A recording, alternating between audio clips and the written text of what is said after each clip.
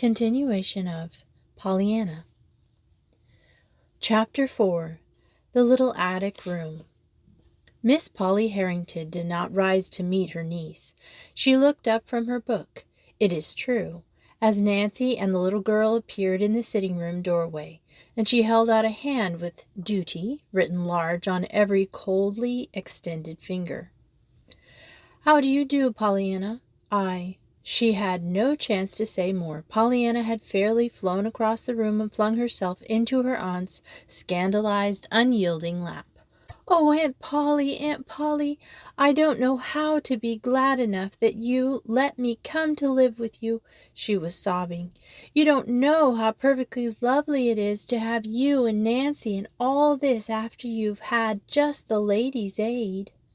"Very likely, though I've not had the pleasure of the Ladies' Aid acquaintance," rejoined Miss Polly stiffly, trying to unclasp the small, clinging fingers and turning frowning eyes on Nancy in the doorway. "Nancy, that will do. You may go. Pollyanna, be good enough, please, to stand erect in a proper manner. I don't know yet what you look like." Pollyanna drew back at once, laughing a little hysterically. "No, I suppose you don't, but you see, I'm not very much to look at anyway, on account of the freckles. Oh, I ought to explain about the red gingham and the black velvet bisque with white spots on the elbows." "I told Nancy how Father said." "Yes, well, never mind now what your father said," interrupted Miss Polly crisply. "You had a trunk, I presume." "Oh, yes, indeed, Aunt Polly. I've got a beautiful trunk that the Ladies' Aid gave me. I haven't got so very much in it, of my own, I mean. The barrels haven't had many clothes for little girls in them lately, but there were all Father's books, and Mrs. White said she thought I ought to have those. You see, Father—" "Pollyanna," interrupted her aunt again sharply, "there is one thing that might just as well be understood right away, at once, and that is this. I do not care to have you keep talking of your father to me." The little girl drew in her breath. "Why, Aunt Polly, you mean—" She hesitated, and her aunt filled the pause. "We will go upstairs to your room. Your trunk is already there, I presume. I told Timothy to take it up, if you had one. You may follow me, Pollyanna." Without speaking, Pollyanna turned and followed her aunt from the room. Her eyes were brimming with tears, but her chin was bravely high. "After all, I reckon I'm glad she doesn't want me to talk about Father," Pollyanna was thinking. "It'll be easier, maybe, if I don't talk about him. Probably. Anyhow, that is why she told me not to talk about him," said Pollyanna, convinced anew of her aunt's kindness, blinked off the tears, and looked eagerly about her. She was on the stairway now. Just ahead, her aunt's black silk skirt rustled luxuriously. Behind her, an open door allowed a glimpse of a soft-tinted rug and satin-covered chairs. Beneath her feet, a marvelous carpet was like green moss to the tread. On every side, the gilt of picture frames or the glint of sunlight through the flimsy mesh of lace curtains flashed in her eyes. "Oh, Aunt Polly, breathed the little girl rapturously. "What a perfectly lovely, lovely house. How awfully glad you must be you're so rich." "Pollyanna!" ejaculated her aunt, turning sharply about as she reached the head of the stairs. "I am surprised at you, making a speech like that to me." "Why, Aunt Polly, aren't you?" queried Pollyanna in frank wonder. "Certainly not, Pollyanna. I hope I could not so far forget myself as to be sinfully proud of any gift the Lord has seen fit to bestow upon me," declared the lady. "Certainly not of riches." Miss Polly turned and walked down the hall towards the attic stairway door. She was glad now that she had put the child in the attic room.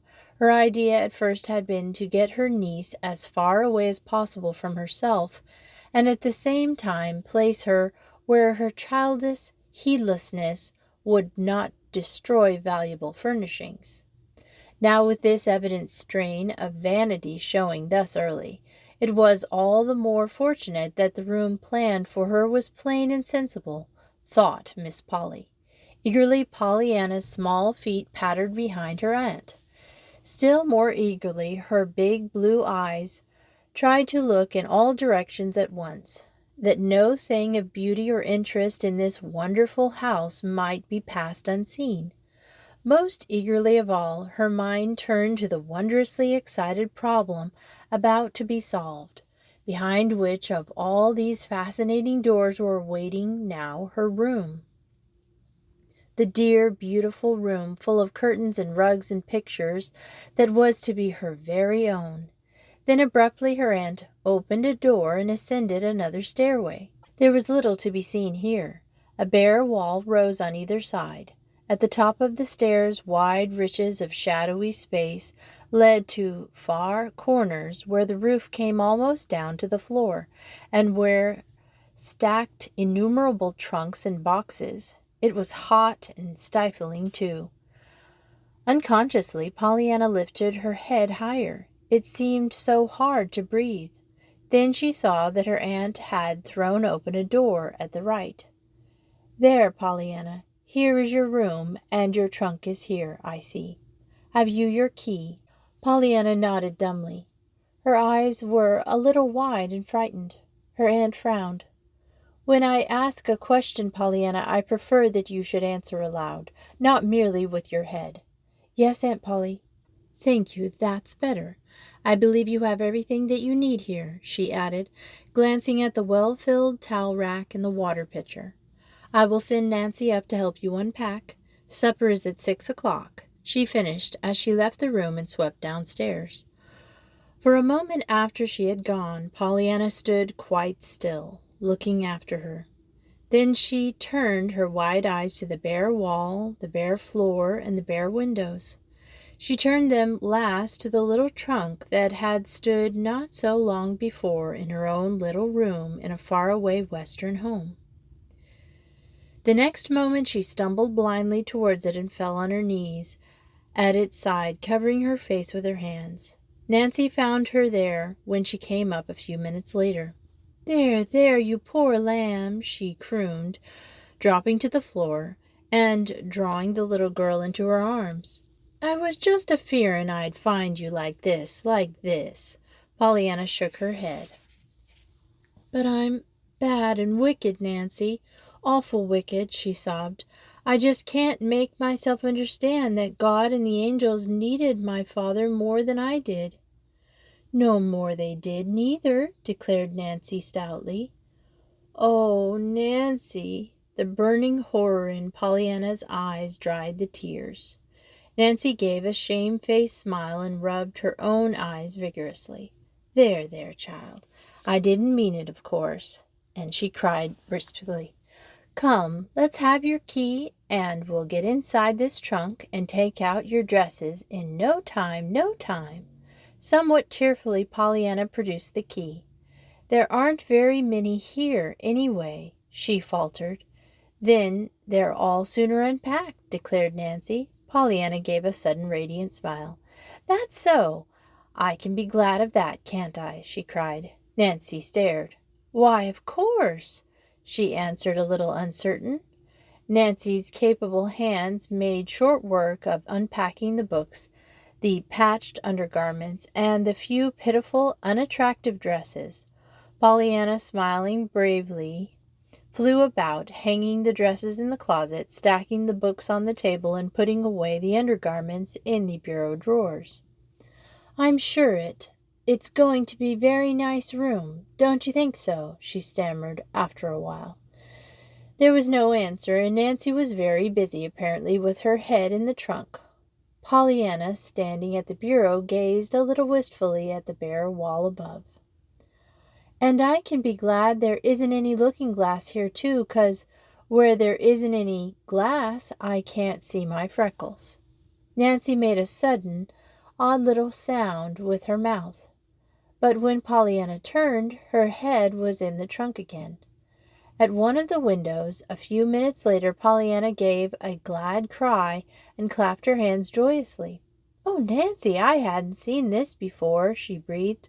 "Look, way off there, with those trees and the houses and that lovely church spire, and the river shining just like silver. Why, Nancy, there doesn't anybody need any pictures with that to look at. Oh, I'm so glad now she let me have this room." To Pollyanna's surprise and dismay, Nancy burst into tears. Pollyanna hurriedly crossed to her side. "Why, Nancy, Nancy, what is it?" she cried. Then fearfully, "This wasn't your room, was it?"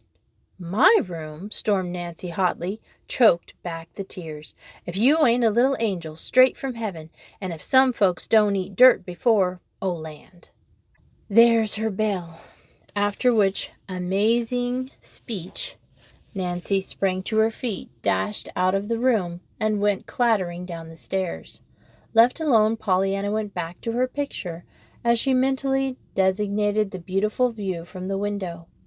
After a time she touched the sash tentatively.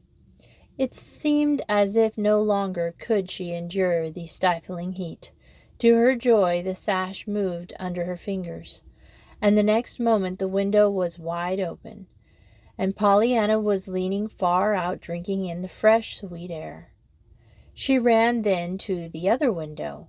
That, too, soon flew up under her eager hands, and a big fly swept past her nose and buzzed noisily about the room. Then another came and another, but Pollyanna paid no heed. Pollyanna had made a wonderful discovery. Against this window a huge tree flung great branches. To Pollyanna they looked like arms outstretched inviting her. Suddenly she laughed aloud. "I believe I can do it," she clucked. The next moment she had climbed nimbly to the window ledge. From there it was an easy matter to step to the nearest tree branch, and then, clinging like a monkey, she swung herself from limb to limb until the lowest branch was reached. The drop to the ground was, even for Pollyanna, who was used to climbing trees, a little fearsome.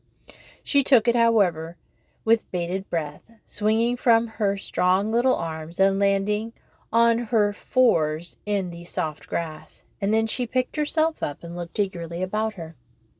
She was at the back of the house. Before her lay a garden in which a bent old man was working. Beyond the garden a little path through an open field led up a steep hill, at the top of which a lone pine tree stood on guard beside the huge rock. To Pollyanna, at the moment, there seemed to be just one place in the world worth being in, the top of that big rock. With a run and a skillful turn, Pollyanna skipped by the bent old man, treaded her way between the orderly rows of green growing things, and a little out of breath, reached the path that ran through the open field. Then determinedly she began to climb. Already, however, she was thinking what a long, long way off the rock must be, when back at the window it had looked so near. 15 minutes later, the great clock in the hallway of the Harrington homestead struck 6. At precisely the last stroke, Nancy sounded the bell for supper. 1, 2, 3 minutes passed. Miss Polly frowned and tapped the floor with her slipper. A little jerkily she rose to her feet, went into the hall, and looked upstairs, plainly impatient. For a minute she listened attentively, and then she turned and swept into the dining room. "Nancy," she said with decision, as soon as the little serving-maid appeared, "my niece is late. No, you need not call her," she added severely, as Nancy made a move towards the hall door. "I told her what time supper was, and now she will have to suffer the consequences. She may as well begin at once to learn to be punctual. When she comes down, she may have bread and milk in the kitchen." "Yes, ma'am." It was well, perhaps, that Miss Polly did not happen to look at Nancy's face just then. At the earliest possible moment after supper, Nancy crept up the back stairs and thence to the attic room. Bread and milk indeed, and when the poor lamb hadn't only just cried herself to sleep, she was muttering fiercely, as she softly pushed open the door. The next moment she gave a frightened cry. "Where are you? Where have you gone? Where have you gone?" she panted, looking in the closet under the bed, and even in the trunk and down the water pitcher. Then she flew downstairs and out to old Tom in the garden. Mr. Tom, that blessed child's gone," she wailed. "She's vanished right up into heaven, where she came from, poor lamb, and me told to give her bread and milk in the kitchen. Her what's eatin' angel food this minute. I'll warrant. The old man straightened up. "Gone? Heaven?" he repeated, stupidly, unconsciously sweeping the brilliant sunset sky with his gaze. He stopped, stared a moment intently, and then turned with a slow grin. "Well, Nancy, it do look like as if she'd tried ter get a nigh heaven as she could, and that's a fact," he agreed, pointing with a crooked finger to where, sharply outlined against the reddening sky, a slender, wind-blown figure was poised on top of a huge rock. "Well, she ain't goin' to heaven that way ternight. Not if I has any say," declared Nancy doggedly. "If the mistress asks, tell her I ain't forgettin' the dishes, but I gone on a stroll," she flung back over her shoulder as she sped towards the path that led through the open field. Chapter 5. The Game.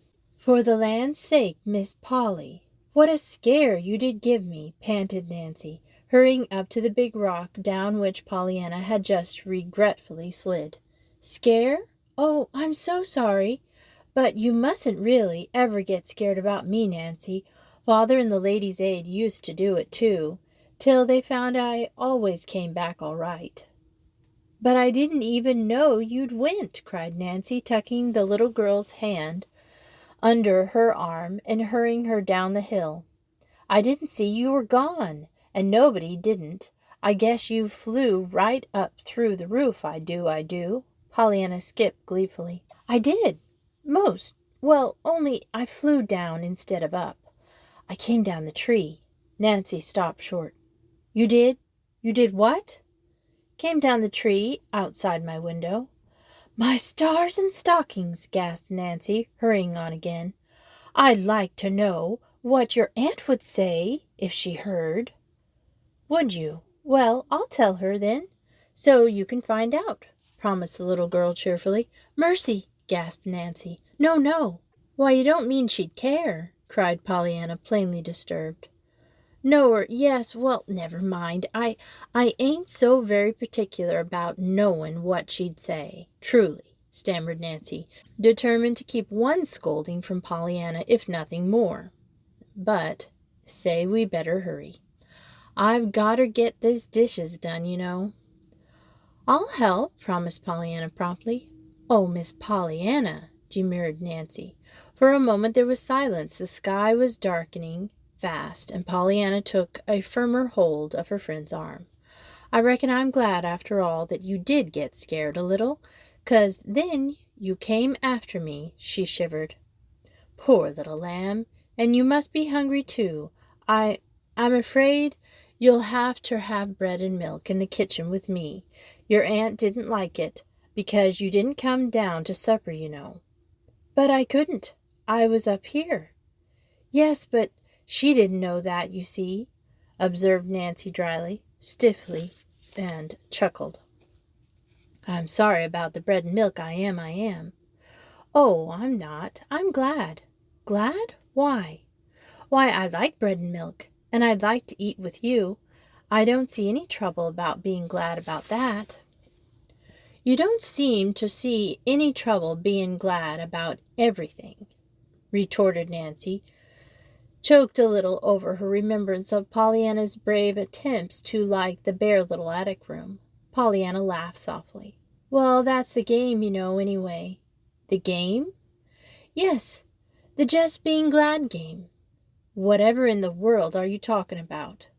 "Why, it's a game. Father told me, and it's lovely," rejoined Pollyanna. "We've played it always, ever since I was a little girl. I told the Ladies' Aid, and they played it, some of them." "What is it? I ain't much on games, though." Pollyanna laughed again, but she sighed too, and in the gathering twilight her face looked thin and wistful. Why, we began it on some crutches that came in a missionary barrel. Crutches? Yes. You see, I'd wanted a doll, and Father had written them so, but when the barrel came and the lady wrote that there hadn't been any doll come in, but that the little crutches had, so she sent 'em along, as they might come in handy for some child sometime, and that's what we began it with. Well, I must say I can't see any game about that, declared Nancy, almost irritably. Oh, yes, the game was to just find something about everything to be glad about, no matter what 'twas, rejoined Pollyanna earnestly, and we began right then on the crutches. Well, goodness me, I can't see anything to be glad about getting a pair of crutches when you wanted a doll. There is, she crowed. But I couldn't see it either, Nancy, at first, she added, with quick honesty. Father had to tell me. Well, then, suppose you tell me, almost snapped Nancy. Goosey, why, just be glad because you don't need 'em, exulted Pollyanna triumphantly. You see, it's just as easy when you know how. Well, of all the odd doin's, breathed Nancy, regarding Pollyanna with almost fearful eyes. Oh, but it wasn't odd. It's lovely, maintained Pollyanna enthusiastically, and we've played it ever since. And the harder 'tis, the more fun it is to get 'em out, only sometimes it's almost too hard. Like when your father goes to heaven, and there isn't anybody but a lady's aid left. Yes, or when you're put in a snippy little room way at the top of the house with nothing in it, growled Nancy. Pollyanna sighed. That was a hard one at first, she admitted, especially when I was so kind of lonesome. I just didn't feel like playing the game anyway, and I had been wanting pretty things so. And then I happened to think how I hated to see my freckles in the looking-glass, and I saw that lovely picture out the window too. So then I knew I'd found the things to be glad about. You see, when you're hunting for the glad things, you sort of forget the other kind, like the doll you wanted, you know. Hump, choked Nancy, trying to swallow the lump in her throat. Most generally it doesn't take so long, sighed Pollyanna. And lots of times now I just think it without thinking, you know. I've got so used to playing it. It's a lovely game. Father and I used to like it so much, she faltered. I suppose, though, it'll be a little harder now, as long as I haven't anybody to play it with. Maybe Aunt Polly will play it, though, she added, as an afterthought. My stars, breathed Nancy behind her breath. Then aloud she said doggedly, See here, Miss Pollyanna, I ain't saying that I'll play it very well, and I ain't saying that I know how, anyway, but I'll play it with you, after a fashion. I just will, I will. Oh, Nancy, exulted Pollyanna, giving her a hug. That'll be splendid. Won't we have fun?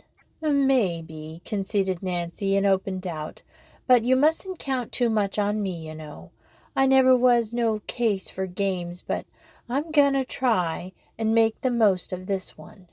You're going to have some one to play it with, anyhow. She finished as they entered the kitchen together. Pollyanna ate her bread and milk with good appetite, and then, as Nancy suggested, she went into the sitting room, where her Aunt Polly sat reading. Miss Polly looked up coldly. Have you had your supper, Pollyanna? Yes, Aunt Polly. I'm very sorry, Pollyanna, to have been obliged so soon to send you into the kitchen to eat bread and milk. But I was real glad you did, Aunt Polly. I like bread and milk, and Nancy too. You mustn't feel bad about that one bit. Aunt Polly sat suddenly a little more erect in her chair. Pollyanna, it's quite time you were in bed. You have had a hard day, and tomorrow we must plan your hours and go over your clothing to see what is necessary to get for you. Nancy will give you a candle. Be careful how you handle it. Breakfast will be at 7:30. See that you are down to that. Good night. Quite as a matter of course, Pollyanna came straight to her aunt's side and gave her an affectionate hug. "I've had such a beautiful time so far. I know I'm just going to love living here with you, but then I knew I should before I came. Good night." And she called cheerfully as she ran from the room. "Well, upon my soul," ejaculated Miss Polly, half aloud. "What a most extraordinary child." Then she frowned. "She's glad I punished her, and I mustn't feel bad one bit. And she's going to love to live with me. Well, upon my soul," ejaculated Miss Polly again, as she took up her book. 15 minutes later, in the attic room, a lonely little girl sobbed into the tightly clutched sheets. "I know Father among the angels. I'm not playing the game one bit now, not one bit. But I don't believe even you could find anything to be glad about sleeping all alone, way off here in the dark like this. If only I was near Nancy or Aunt Polly or even the Ladies' Aider, it would be easier." Downstairs in the kitchen, Nancy, hurrying her belated work, jabbed her dish mop into the milk pitcher and muttered jerkily, "If playing a silly fool game 'bout being glad you've got crutches when you want a doll is gotter be done my way of being that rocker refuge, well, I'm gonna play it. I am." Chapter 6. A Question of Duty. It was nearly 7 o'clock when Pollyanna awoke that first day after her arrival. Her windows faced the south and the west, so she could not see the sun yet, but she could see the hazy blue of the morning sky, and she knew that the day promised to be a fair one. The little room was cooler now, and the air blew in fresh and sweet. Outside the birds were twittering joyously, and Pollyanna flew to the window to talk to them. She saw that down in the garden her aunt was already out among the rose bushes with rapid fingers. Therefore she made herself ready to join her. Down the attic stairs sped Pollyanna, leaving both doors wide open, through the hall, down the next flight, then bang through the front screen door and around to the garden she ran. Aunt Polly, with the bent old man, was leaning over a rose bush when Pollyanna, gurgling with delight, flung herself upon her. "Oh, Aunt Polly, I reckon I am glad this morning just being alive." "Pollyanna," remonstrated the lady sternly, pulling herself as erect as she could, with a dragging weight of 90 pounds hanging about her neck. "Is this the usual way you say good morning?" The little girl dropped to her toes and danced lightly up and down. "No, only when I love folks so, I just can't help it. I saw you from my window, Aunt Polly, and I got to thinking how you weren't a Ladies' Aider, and you were my really true aunt, and you looked so good I just had to come down and hug you." The bent old man turned his back suddenly. Miss Polly attempted to frown, with not her usual success. "Pollyanna, Thomas, that will do for this morning. I think you understand about those rose bushes," she said stiffly, and then she turned and walked rapidly away. "Do you always work in the garden, Mr. Man?" asked Pollyanna interestedly. The man turned. His lips were twitching, but his eyes looked blurred, as if with tears. "Yes, ma'am. I'm old Tom, the gardener," he answered. Timidly, but as if impelled by an irresistible force, he reached out a shaking hand and let it rest for a moment on her bright hair. "You are so like your mother, little miss. I used to know her even when she was littler than you. You see, I used to work in the garden then, and—" Pollyanna caught her breath audibly. "You did? And you knew my mother really? When she was just a little earth angel and not a heaven one? Oh, please tell me about her." And down plopped Pollyanna in the middle of the dirt path by the old man's side. A bell sounded from the house. The next moment Nancy was seen flying out the back door. Miss Pollyanna, that bell means breakfast mornings, she panted, pulling the little girl to her feet and hurrying her back to the house. And the other times it means other meals. But it always means that you're to run like mad when you hear it, no matter where you be. If you don't, well, till take something smarter will be ter find anything to be glad about it then, she finished, shooing Pollyanna into the house as she would shoo an unruly chicken into a coop. Breakfast for the first 5 minutes was a silent meal. Then Miss Polly, her disapproving eye following the airy wings of 2 flies darting here and there over the table, said sternly, "Nancy, where did those flies come from?" "I don't know, ma'am. There wasn't one in the kitchen." Nancy had been too excited to notice Pollyanna's up-flung window the afternoon before. "I reckon maybe they're my flies, Aunt Polly," observed Pollyanna amiably. "There were lots of them this morning, having a beautiful time upstairs." Nancy left the room, so she had to carry out the hot muffins she had just brought in. "Yours?" gasped Miss Polly. "What do you mean? Where did they come from?" "Why, Aunt Polly, they came from out of doors, of course, through the windows. I saw some of them come." "You saw them? You mean you raised those windows without any screens?" "Why, yes. There weren't any screens there, Aunt Polly." Nancy at this moment came in again with muffins. Her face was grave, but very red. "Nancy," directed her mistress sharply, "you may set the muffins down and go at once to Miss Pollyanna's room and shut the windows. Shut the doors also. Later, when your morning's work is done, go through every room with the spatter. See that you make a thorough search." To her niece she said, "Pollyanna, I have ordered screens for those windows. I knew, of course, that it was my duty to do that. But it seems to me that you have quite forgotten your duty." "My duty?" Pollyanna's eyes were wide with wonder. "Certainly. I know it is warm, but I consider it your duty to keep your windows closed till those screens come. Flies, Pollyanna, are not only unhealthy and annoying, but very dangerous to health. After breakfast, I will give you a little pamphlet on the matter to read." "To read? Oh, thank you, Aunt Polly. I love to read." Miss Polly drew her breath audibly, and then she shut her lips together hard. Pollyanna, seeing her stern face, frowned a little thoughtfully. "Of course, I'm sorry about the duty I forgot, Aunt Polly," she apologized timidly. "I won't raise the windows again." Her aunt made no reply.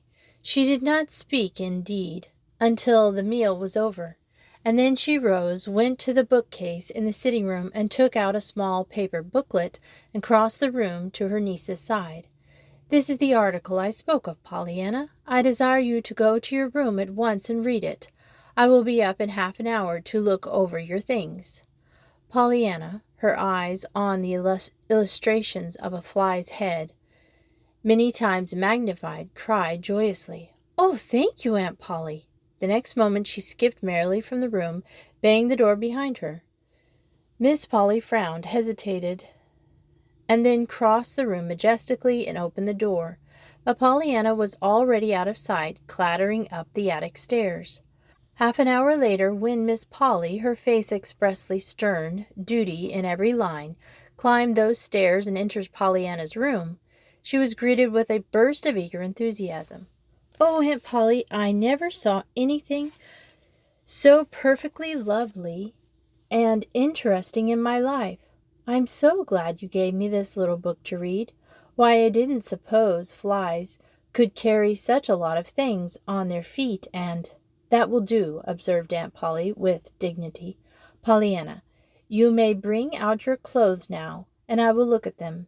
What are not suitable for you I shall give to the Sullivans, of course." With visible reluctance, Pollyanna laid down the pamphlet and turned towards the closet. "I'm afraid you'll think they're worse than the Ladies' Aid did, and they said they were shameful," she sighed.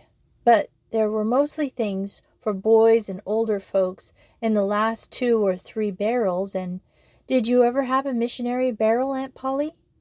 At her aunt's look of shocked anger, Pollyanna corrected herself at once. Why, no, of course you didn't, Aunt Polly, she hurried on, with a hot blush. I forgot. Rich folks never have to have them. But you see, sometimes I kind of forget that you are rich. Up here in this room, you know. Miss Polly's lips parted indignantly, but no words came. Pollyanna, plainly unaware that she had said anything in the least unpleasant, was hurrying on.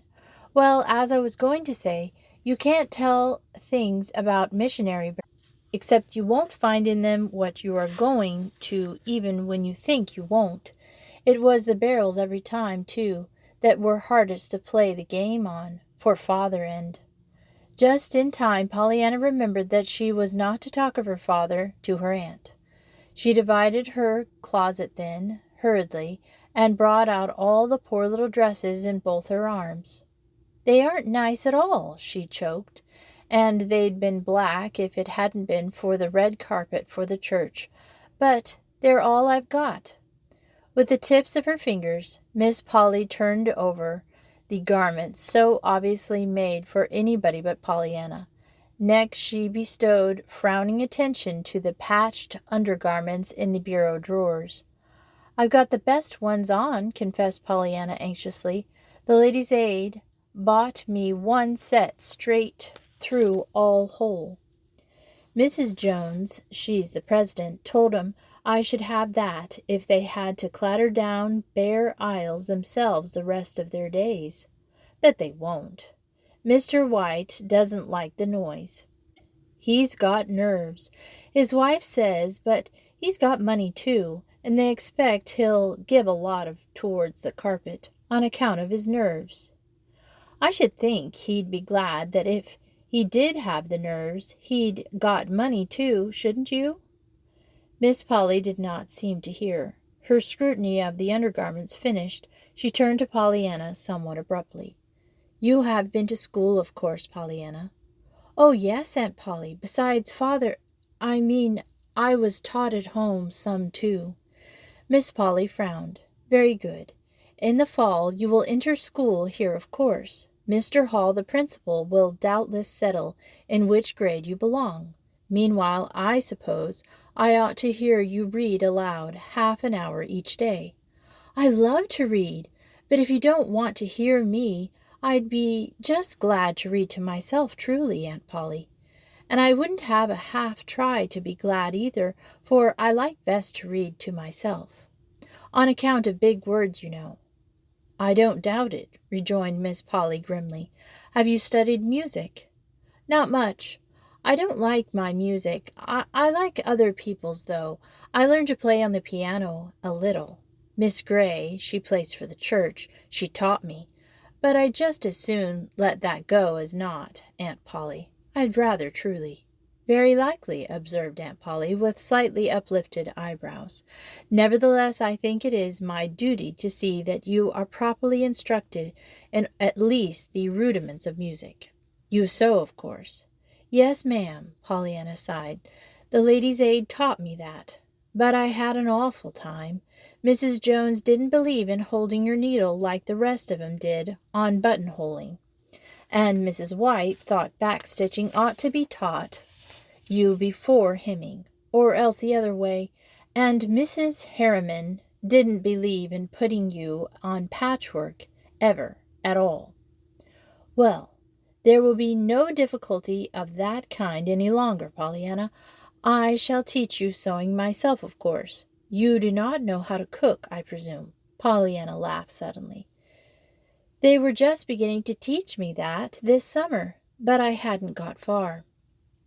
They were more dividing up on that than they were on the sewing. They were going to begin on bread, but there wasn't two of 'em that made it alike. So after arguing at all one sewing meeting, they decided to take turns at me one forenoon a week. In their own kitchens, you know. I'd only learned chocolate fudge and fig cake, though. When I had to stop, her voice broke. Chocolate fudge and fig cake, indeed, scorned Miss Polly. I think we can remedy that very soon." She paused in thought for a minute, and then went on slowly. "At 9 o'clock every morning you will read aloud 1/2 hour to me. Before that you will use the time to put this room in order. Wednesday and Saturday forenoons, after 9:30, you will spend with Nancy in the kitchen learning to cook. Other mornings you will sew with me. That will leave the afternoons for your music. I shall course procure a teacher at once for you," she finished decisively as she arose from her chair. Pollyanna cried out in dismay. "Oh, but Aunt Polly, you haven't left me any time at all to live." "To live, child? What do you mean? As if you weren't living all the time?" "Oh, of course, I'd be breathing all the time I was doing those things, Aunt Polly, but I wouldn't be living. You breathe all the time you're asleep, but you aren't living. I mean living. Doing the things you want to do. Playing outdoors, reading to myself, of course, climbing hills, talking to Mr. Tom in the garden and Nancy, and finding out all about the house and the people and everything everywhere, all through the perfectly lovely streets I came through yesterday. That's what I call living, Aunt Polly. Just breathing isn't living." Miss Polly lifted her head irritably. "Pollyanna, you are the most extraordinary child. You will be allowed a proper amount of playtime, of course. But surely it seems to me, if I am willing to do my duty in seeing that you have proper care and instructions, you ought to be willing to do yours by seeing that that care and instructions are not ungratefully wasted." Pollyanna looked shocked. "Oh, Aunt Polly, as if I ever could be ungrateful to you. Why, I love you. And you aren't even a lady's aider. You're an aunt." "Very well, then, see that you don't act ungratefully," vouchsafed Miss Polly, as she turned towards the door. She had gone halfway down the stairs when a small, unsteady voice called after her. "Please, Aunt Polly, you didn't tell me which of my things you wanted to give away." Aunt Polly emitted a tired sigh, a sigh that ascended through to Pollyanna's ears. "Oh, I forgot to tell you, Pollyanna. Timothy will drive us into town at 1:30 this afternoon. Not one of your garments is fit for my niece to wear. Certainly I should be very far from doing my duty by you if I should let you appear out in any one of them." Pollyanna sighed now. She believed she was going to hate that word duty. "Aunt Polly, please," she called wistfully, "isn't there any way you can be glad about all that duty business?" "What?" Miss Polly looked up in dazed surprise. Then suddenly, with very red cheeks, she turned and swept angrily down the stairs. "Don't be impertinent, Pollyanna." In the hot little attic room, Pollyanna dropped herself to one of the straight-backed chairs. To her existence loomed ahead one endless round of duty. "I don't see really what there was impertinent about that," she sighed. "I was only asking her if she couldn't tell me something to be glad about in all that duty business." For several minutes Pollyanna sat in silence, her rueful eyes fixed on the forlorn heap of garments on the bed. Then slowly she rose and began to put away the dresses. "There just isn't anything to be glad about that I can see," she said aloud, "unless it's to be glad when the duty's done," whereupon she laughed suddenly. We will continue Pollyanna next Wednesday, and thanks for listening to Miss Retro Reads.